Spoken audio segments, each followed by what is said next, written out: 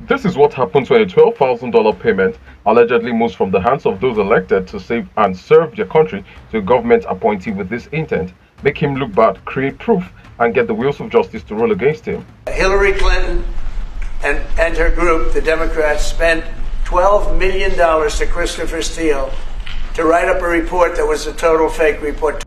Trump was not missing words. Apparently, the first intelligence reports had nothing on him, but Obama and Hillary Clinton allegedly didn't back down till they tagged Russian hoax on him. No sitting American president suffered like Donald Trump did in his first tenure, and even after he left office, the hunt never died down. But that's not how the story ends. You would love this. Intelligence Committee Chairman Rick Crawford.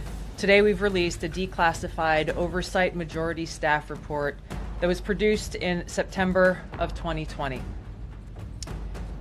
The stunning revelations that we are releasing today should be of concern to every American. This is not about Democrats or Republicans. This has to do with the integrity of our democratic republic and American voters having faith that the votes cast will count. There is irrefutable evidence that detail how President Obama and his national security team directed the creation of an intelligence community assessment that they knew was false.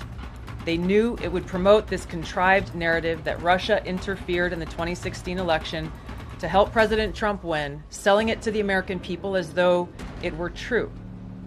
It wasn't. The report that we released today shows in great detail how they carried this out. They manufactured findings from shoddy sources.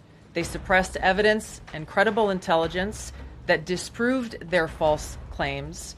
They disobeyed traditional tradecraft intelligence community standards and withheld the truth from the American people. In doing so, they conspired to subvert the will of the American people who elected Donald Trump in that election in November of 2016.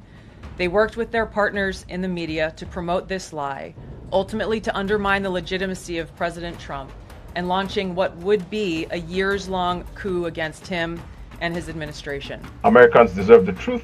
What if President Trump never came back to office? What if the everyday American didn't get tired of the woke narrative? If Kamala Harris won the last election, wouldn't Trump have gone in for something he obviously didn't do? There are several what ifs, but then a lot of folks on the left are questioning the timing of the release of these declassified reports, and they accuse Trump of trying to cause a distraction from the Epstein case. But here's the truth. Americans also deserve to know the truth about this case too. This isn't Trump trying to get back at his foes. It has more to do with President Donald Trump's love for principle and policy. In the January 2017 intelligence community assessment that President Obama ordered, John Brennan, who was CIA director at the time, and the intelligence community intentionally suppressed intelligence that showed Putin was saving the most damaging material that he had in his possession about Hillary Clinton until after her potential and likely victory. The report goes into great detail about the information that Russia and Putin had on Hillary Clinton, which included possible criminal acts, like secret meetings with multiple named U.S. religious organizations in which State Department officials offered, in exchange for supporting Secretary Clinton's campaign for the presidency, significant increases in financing from the State Department. They also had documents that showed the patronage of the State Department to State Department employees who would go and support Hillary Clinton's presidential campaign. There were high-level DNC emails that detailed evidence of Hillary's, quote, psycho-emotional problems, uncontrolled fits of anger, aggression, and cheerfulness, and that then Secretary Clinton was allegedly on a daily regimen of heavy tranquilizers. Brennan and the IC misled lawmakers by referencing the debunked Steele dossier to assess, quote-unquote, Russia's plans and intentions, falsely suggesting that this dossier had intelligence value when he knew that it was discredited. From this report, if Putin believed Clinton would win, why then was Trump a threat? Or why was he seen as a threat? The answer is simple. Trump was a man and still is a political leader who didn't have to defer to any sect to win the love, support, and the votes of the people who mattered. Yes, the American citizens. He was not a career politician, and his snag for being pragmatic and blunt surely would have had him exposing a lot of shady government dealings. And this is something the powers that be, dread. It stands to reason a billionaire who announced that he won't receive a salary as president will bring every unlawful practice to light without batting an eyelid.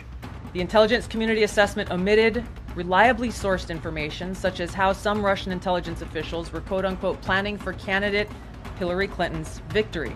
while others assessed neither Trump nor Clinton would respect Russia's interests. As was reflected in the ODNI documents that we released on Friday, multiple intelligence community assessments released in the months leading up to the November 2016 election concluded that Russia had neither the intent nor capability to impact the outcome of the U.S. election. With every information in full glare, more questions are being asked. Who should go in for all of this misinformation and witch hunt? Would the current DOJ, that's Pam Bondi, have the guts and the actual push to seek justice for Donald Trump and Americans? Or are the key players on this game actually above the law? I would want to know what you all think in the comments. The swamp needs to be drained, but yeah, please also do well to like this video and subscribe as we unpack the truth for what it really is. Until our next clip, please keep staying sensible. Peace.